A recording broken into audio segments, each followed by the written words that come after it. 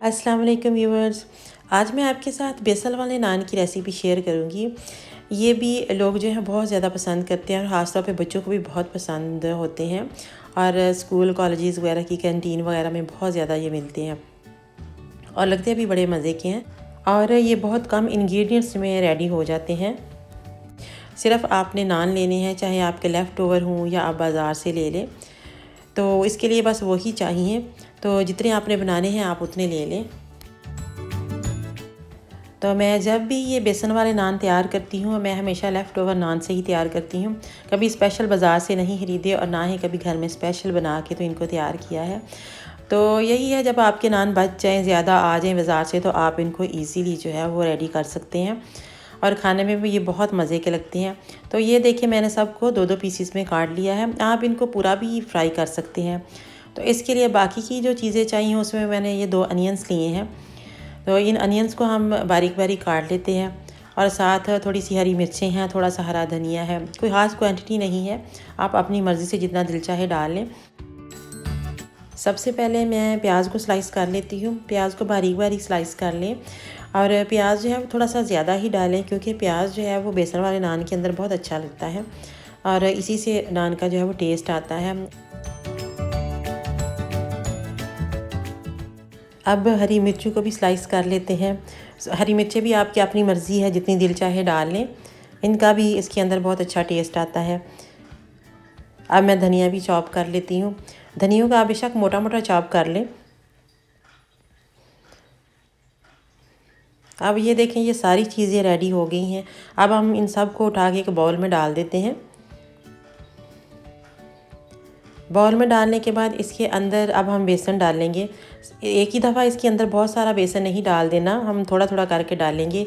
ये मैं अभी 1 कप डालने लगी हूँ इसके अंदर। और बेसन को हमेशा आप पहले छान लें। छानने से ये होता है कि बेसन के अंदर गुठलियाँ नहीं बनती। तो अब मैंने इसके अंदर थोड़ा सा पानी डाला है। अब हम पानी डाल के इसको मिक्स करते हैं।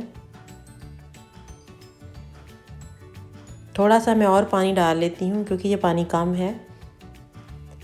अब हम इस दोबारा मिक्स करते हैं। तो ये देखें, अभी ये सारी चीज़ें अच्छी तरह कोट नहीं हुई, ये सारी अलग-अलग नज़र आ रही हैं, तो इसका मतलब है इसके अंदर थोड़ा सा बेसन और जाएगा। तो अब मैं इसके अंदर 1 कप बेसन और डालने लगी हूँ।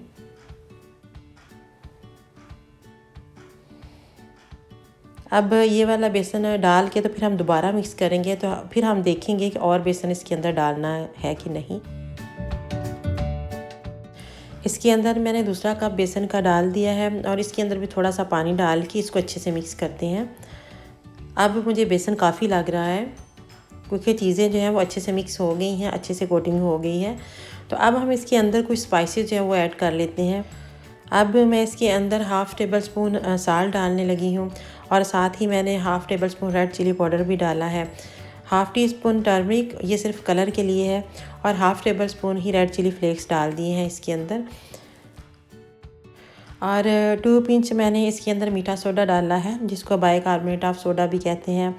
और सबसे ज़्यादा अहम जो इसका इंग्रेडिएंट है वो सूखा धनिया है। और ये सूखा धनिया जो है हम साबुत डालेंगे। थोड़ा सा इसको क्रश कर लें ताकि इसके सिर्फ 2-2 पीसीस हो जाएं। तो इसके बाद इसको अंदर डाल लें। तो बस यही स्पाइसेस जो है इसके अंदर जाएंगे। अब हम इनको अच्छे से मिक्स कर लेते हैं। अगर आप चाहें तो इसके अंदर थोड़ी सी अजवाइन भी ऐड कर सकते हैं।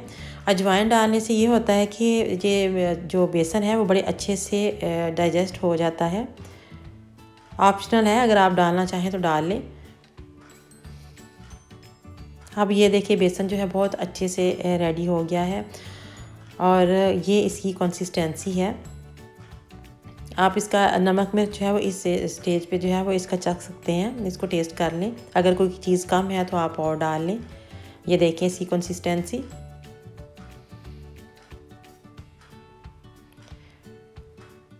अब मैं ऑयल गरम करने लगी हूँ जिसमें हम नान जो है फ्राई करेंगे। तो ये देखें, ये मिक्सचर जो है वो मैंने थोड़ा सा लेके तो इसके ऊपर अच्छे से स्प्रेड कर लिया है। इसको अच्छे से स्प्रेड कर लें। मिक्सचर जो है वो इस तरह का होना चाहिए कि ना तो बहुत ज़्यादा गाढ़ा हो यानी थिक हो, और ना ही इतना रनी हो कि वो इसके ऊपर नान के ऊपर ठहरे ही ना। ये देखिए, आप ऐसे या इसको नान को आप प्लेट में रखें और इसके ऊपर ऐसे स्प्रेड कर लें। साथ साथ आप स्प्रेड करते जाएं और साथ साथ इनको आप फ्राई करते जाएं। अब ऑयल को मैंने गर्म कर लिया है, तो इसके अंदर मैं ये नान डाल देती हूँ। मैंने नान को इसलिए दरमियान में से काटा था कि मुझे ये था कि ये इसके अंदर पूरा नहीं आएगा, लेकिन अगर मैं ना भी इसको 2 हिस्सों में डिवाइड करती फिर भी आ जाना था।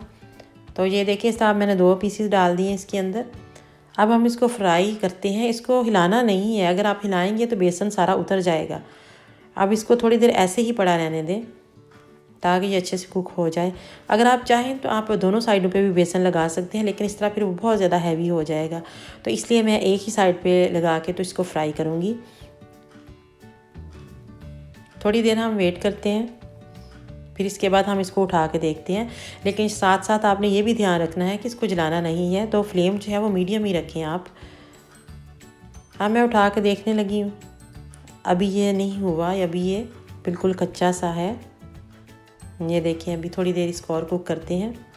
अब ये देखें, थोड़ी देर के बाद ये देखिए ब्राउन होना शुरू हो गया है। तो बस थोड़ी देर हम इसको और कुक करेंगे और इसके बाद हम इन दोनों को निकाल लेंगे। ये देखें, तो थोड़ी देर और इसे पड़ा रहने देते हैं।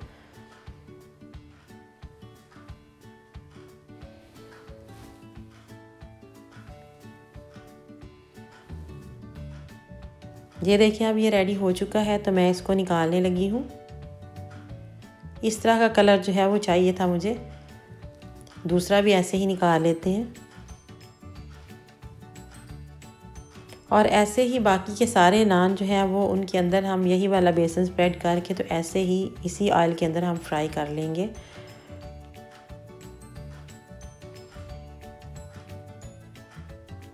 अगर आपके पास कोई बड़ा पैन है तो आप बड़ा पैन ले लें। अगर आप इनको इससे भी कम ऑयल में फ्राई करना चाहते हैं तो वो कर लें, लेकिन आप इसको ऑयल के बगैर नहीं कुक कर सकते, क्योंकि इस तरह बेसन जो है वो कच्चा रह जाएगा और इसका बिल्कुल भी टेस्ट अच्छा नहीं आएगा। जो अगर आप बहुत कम ऑयल डालेंगे तो फिर भी ये अच्छे से फ्राई नहीं होंगे, तो इसलिए इसको आपको थोड़ा सा ऑयल डालना ही पड़ेगा। ये देखिए, ये वाले भी हो गए हैं, इनको भी मैं निकाल लेती हूँ। तो इसी तरह सारे नान रेडी कर लें। तो ये देखें, ये सारे नान जो है वो मैंने रेडी कर लिए हैं और ये देखें इनका कितना अच्छा कलर आया है। इनको आप चाय के साथ सर्व करें या एज ए स्नैक खाएं, और कोई भी अपनी पसंद की सास आप इसके साथ ले सकते हैं। चाहे आप ग्रीन चटनी इसके साथ तैयार कर लें या आप कोई भी सास इसके साथ जो भी आपको पसंद है वो ले सकते हैं। तो ये थी मेरी आज की रेसिपी। उम्मीद करती हूँ कि बाकी रेसिपीज़ की तरह आपको मेरी ये वाली रेसिपी बहुत अच्छी लगेगी। आप इसको भी ज़रूर ट्राई कीजिएगा और मुझे फ़ीडबैक ज़रूर दीजिएगा कि आपकी कैसी बनी है। तो साथ ही मेरे चैनल को सब्सक्राइब करना ना भूलें। दुआओं में याद रखिएगा। अल्लाह हाफ़िज़।